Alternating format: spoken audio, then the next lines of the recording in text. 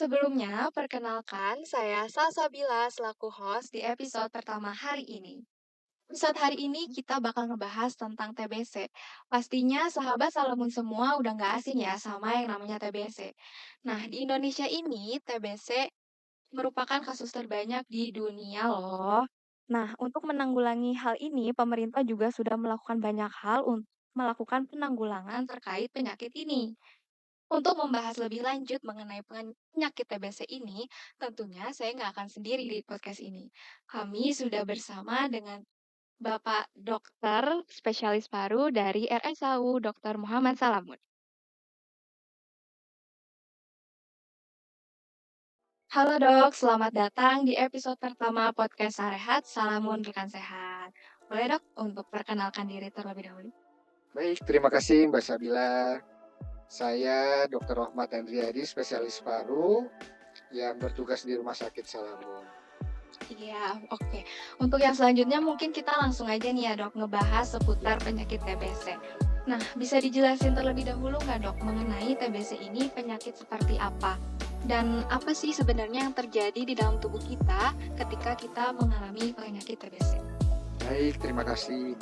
Jadi penyakit TBC ini banyak sekali dialami di seluruh klinik, seluruh rumah sakit, puskesmas yang ada di Indonesia. Baik itu di perkotaan maupun di pelosok.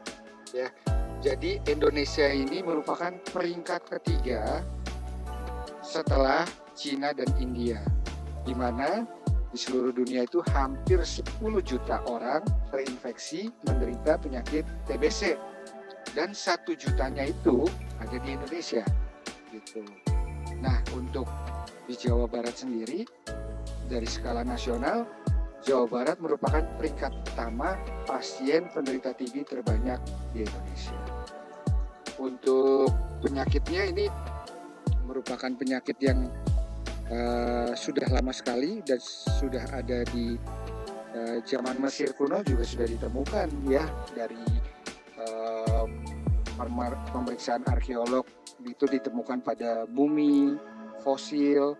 Jadi sejarahnya nih pada tanggal 24 Maret tahun 1882 itu ada ilmuwan namanya Robert Koch ya. Dia menemukan basil tahan asam ini yang kita sebut Mycobacterium tuberculosis yang saat ini kita temukan ya. Jadi Mycobacterium tuberculosis ini dia termasuk bakteri yang kuat tahan terhadap asam, kemudian juga mampu hidup dalam cuaca luar ya.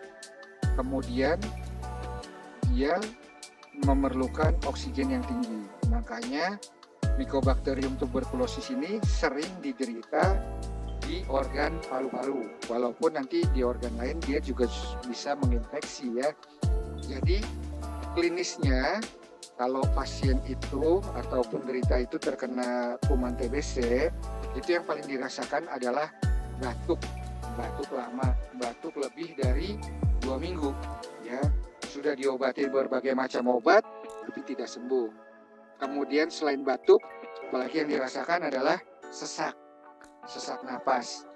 Ini sama, sesak napasnya juga berkepanjangan, sudah diobati tapi tidak sembuh. Kemudian juga biasanya diiringi oleh nyeri dada. Dan jika sudah terlalu lama menginfeksi, biasanya itu akan menimbulkan batuk, bukan hanya sputum atau sekret ya, tapi juga batuknya bercampur bercak darah gitu. Nah, kuman TBC ini dia bereplikasi atau menggandakan dirinya itu dalam hitungan 18 sampai 24 jam. Lebih lama dibanding kuman-kuman lain atau virus-virus lain yang membutuhkan waktu bereplikasi hitungan menit. Makanya pasien-pasien kita itu ya biasanya datang ke rumah sakit memerlukan pengobatan, pertolongan dalam keadaan yang fasenya sudah lanjut, sudah parah nih gitu. Karena dia tidak langsung seketika membuat orang itu apa istilahnya ya, anfal ya. Jadi biasanya kultur sosio Indonesia ya, orang Indonesia, ini termasuk keluarga saya juga ya, kalau sakit itu biasanya ngobati sendiri dulu ya, terus berobat, cari alternatif berobat ke tempat lain. Begitu sakitnya sudah parah, tidak teratasi, biasanya baru periksa ke rumah sakit gitu ya. Nah, jadi yang datang ke rumah sakit biasanya sudah fasenya sudah lumayan parah ya, sudah lumayan merusak organ gitu. Jadi yang ke rumah sakit itu biasanya paru-parunya sudah terendam cairan, sudah bolong-bolong, atau datang dengan sudah keadaan lemes. Kemudian juga selain batuk pilek, selain batuk, sesak napas dan nyeri dada tadi ya, itu ada gejala klinis lain yang kita sebut gejala sistemik. Kalau yang batuk, kemudian sesak, nyeri dada itu gejala klinis yang respiratorik ya, yang khas ditemukan pada pernapasan ya. Kalau yang sistemiknya itu dia ada demam, nafsu makan berkurang, atau walaupun makannya banyak tapi berat badannya turun. Kemudian pada malam hari biasanya pasien tersebut akan mengalami suhu yang kalau kita bilang ya, kalau subfebris kalau bahasa medisnya ya, kalau bahasa awamnya mungkin sumer-sumer, sumeng-sumeng ya, kayak mau demam gitu ya, tapi nggak sampai menggigil, dan berkeringat pada malam hari. Nah itu khas klinis pada sistemik gitu. Oke, jadi tuberkulosis ini memang sangat berbahaya mungkin ya dok ya, bisa kita sebut ya, sangat berbahaya. Nah, untuk penyakit TBC ini mungkin banyak sahabat Salamun semua yang kepo nih dok, terutama saya juga kepo gitu.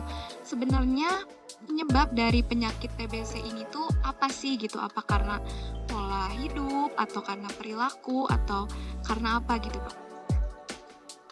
Jadi TBC ini menular dari satu pasien ke pasien lain ya. Berarti itu ada hubungannya dengan pola hidup, ada hygiene ya. Tadi Mbak Sabila bilang apakah ini berbahaya atau tidak. Jadi ini termasuk yang berbahaya karena setiap 11 orang di Indonesia itu meninggal karena TBC setiap harinya gitu ya. Jadi ini lumayan menyita banyak waktu, banyak uang ya, kemudian juga banyak kerugian yang diderita jika TB ini tidak segera ditemukan, tidak diatasi ya. Jadi di Indonesia ini kurang lebih 1 juta penderita ini ditemukan di Indonesia ya. Kemudian yang terdeteksi dan baru diobati itu kurang lebih 400 ribuan, berarti 40%-nya ya. Nah yang 60%-nya belum ditemukan. Nah inilah yang menjadi masalah ya. Jadi ini harus segera ditemukan dan diobati. Jadi memang penyebaran kuman TBC itu melalui droplet ya. Droplet itu percikan ludah halus yang terbawa angin ke arah lawan bicara. Ini seperti saya misalnya, saya menderita TBC, saya nggak pakai masker, jarak bicara kita kurang dari 1 meter ya. Kalau saya berbicara pun, ini saya mengeluarkan aerosol, mengeluarkan mungkin droplet ya, serpihan-serpihan ludah ya yang halus. Nah itu kalau terhisap sama Mbak Sabila, kemudian Mbak Sabila juga staminanya drop, dia akan memapar dan terinfeksi gitu. Jadi perlu pola hidup yang sehat atau hygiene ya. Jadi kalau menurut saya walaupun pandemi sudah dicabut ya, kita kalau di tempat umum, di luar, kita nggak kenal banyak orang, lebih baik kita menggunakan masker untuk menjaga, yaitu tadi saling melindungi. penderita TB pun kemana-mana wajib menggunakan masker, karena kalau dia belum diobati ataupun sudah diobati, resiko menularkan ke orang lainnya tetap ada gitu ya. Kemudian lingkungan Indonesia kan rumahnya lumayan padat-padat ya. Kemudian ventilasinya kurang. Kemudian apalagi pola hidup yang merugikan, kira-kira merokok. Ya, merokok itu mengurangi stamina, mengurangi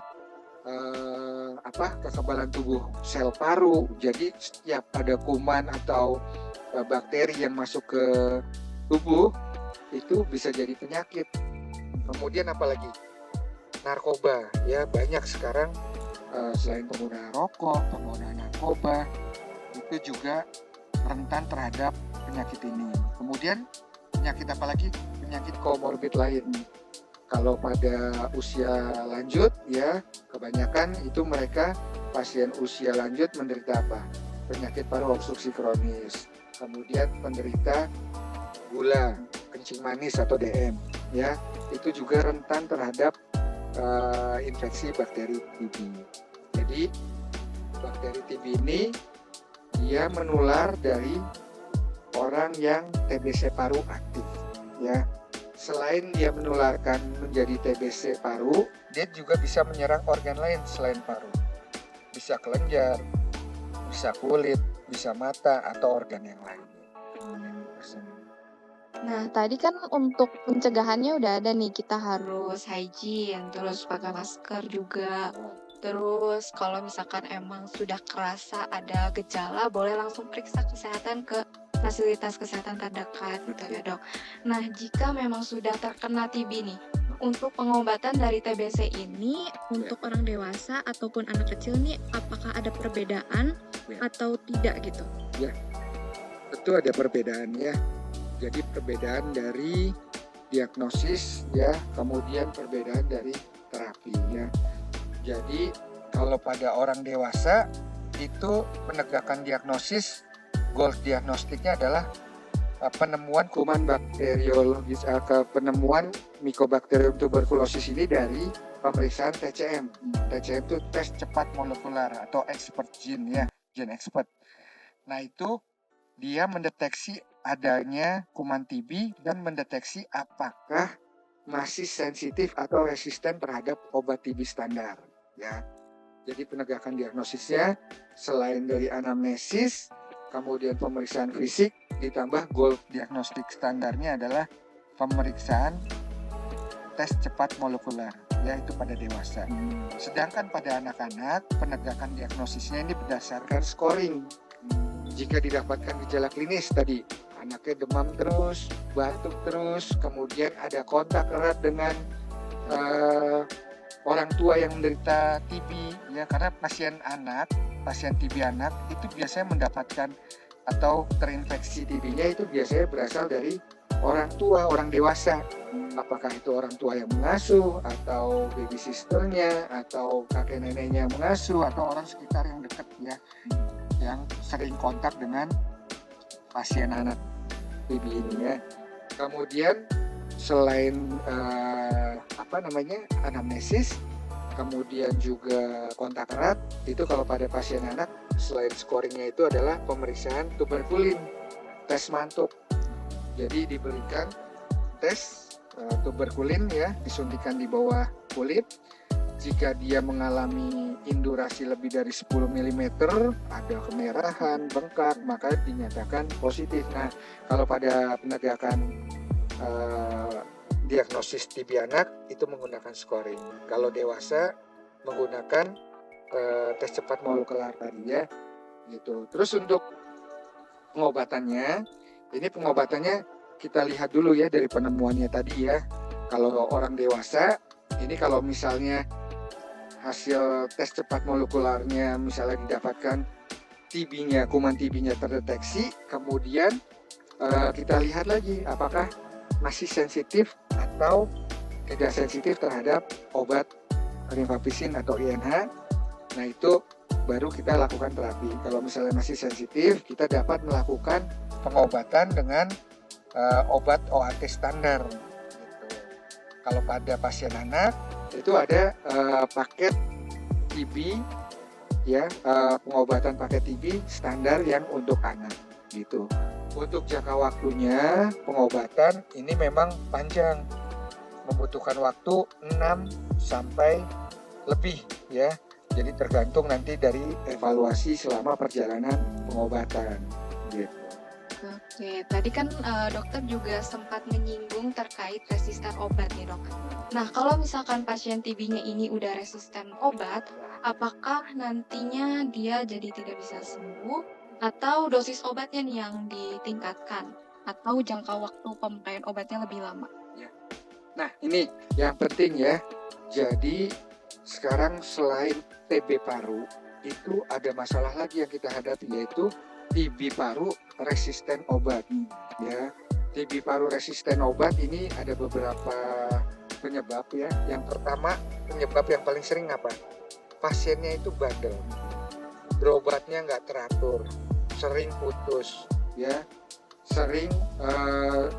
Memang pengobatan TB itu kalau sudah berjalan kurang lebih 2 minggu sampai 1 bulan, itu klinisnya pasti perbaikan, ya. Yang tadinya batuk jadi nggak batuk. Terus yang ada di batuk darahnya berkurang, seseknya berkurang, sudah nggak demam lagi. Akhirnya pasien terbuai nih, saya udah ngerasa sembuh. Akhirnya dia menghentikan pengobatannya sendiri, padahal itu suatu hal yang salah, ya. Jadi dalam pengobatan TB itu pengobatannya ada yang bersifat bakterisid, mematikan, ada yang bakteriostatik, melemahkan atau melumpuhkan si kuman. Dan itu pengobatannya jangka panjang gitu. Nah, itulah yang menyebabkan resisten. Jadi pasiennya ini pengobatannya tidak benar atau dosisnya tidak benar, cara minumnya tidak benar atau terputus ya. Maka oleh dari sebab itu dokter atau petugas kesehatan ini harus rajin-rajin mengedukasi ya, biar pasien itu tidak putus berobat. Cara minum obatnya baik, cara minum obatnya benar ya. Kemudian juga selain hal tersebut ya, itu ada yang faktor alamiah.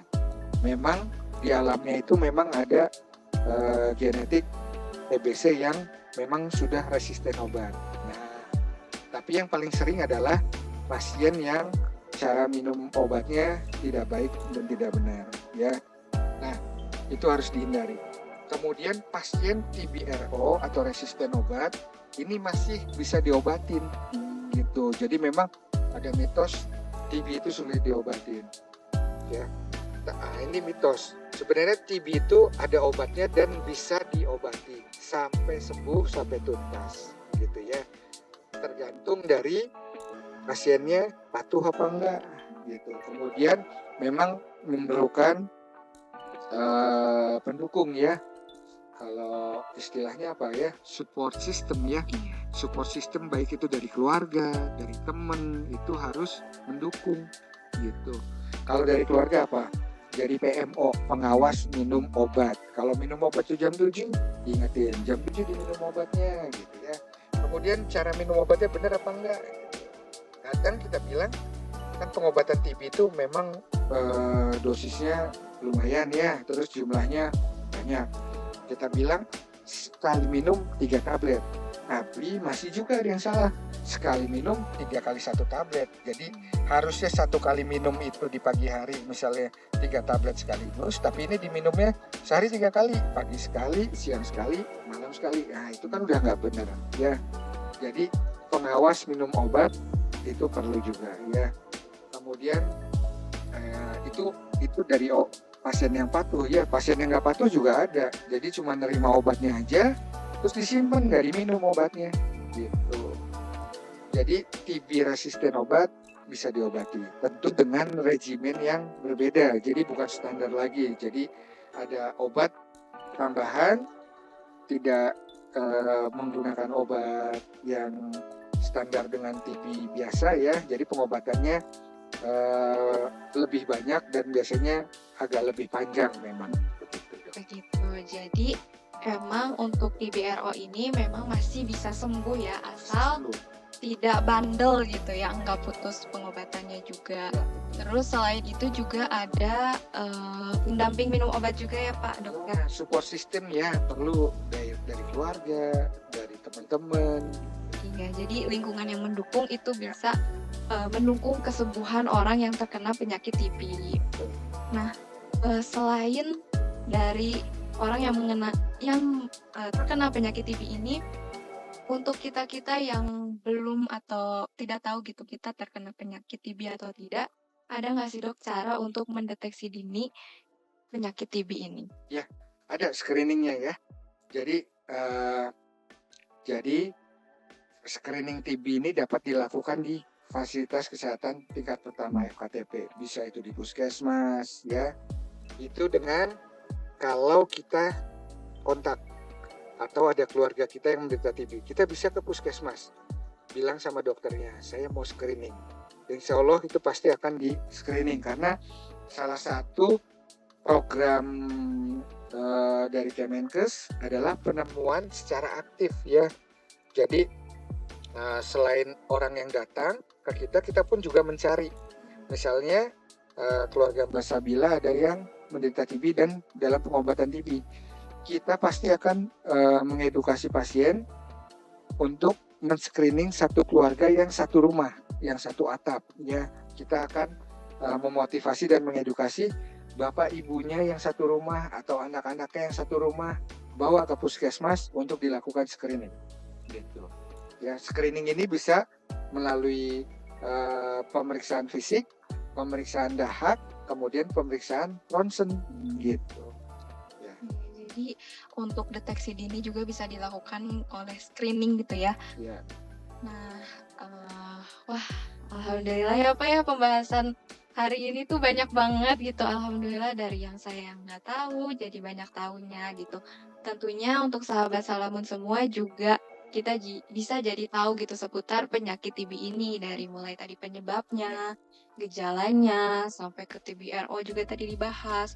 Tips and trik untuk mendukung orang yang terkena penyakit TB juga tadi dibahas. Gak kerasa waktunya sudah berjalan cukup lama nih ya Dok. Sebelum menutup episode kali ini mungkin dokter ada closing statement terlebih dahulu. Ya, baik. Jadi kita bersama-sama ya menekan dan mengeliminir penyakit TB di Indonesia. Jangan sampai Indonesia menempati peringkat lebih lanjut lagi ya.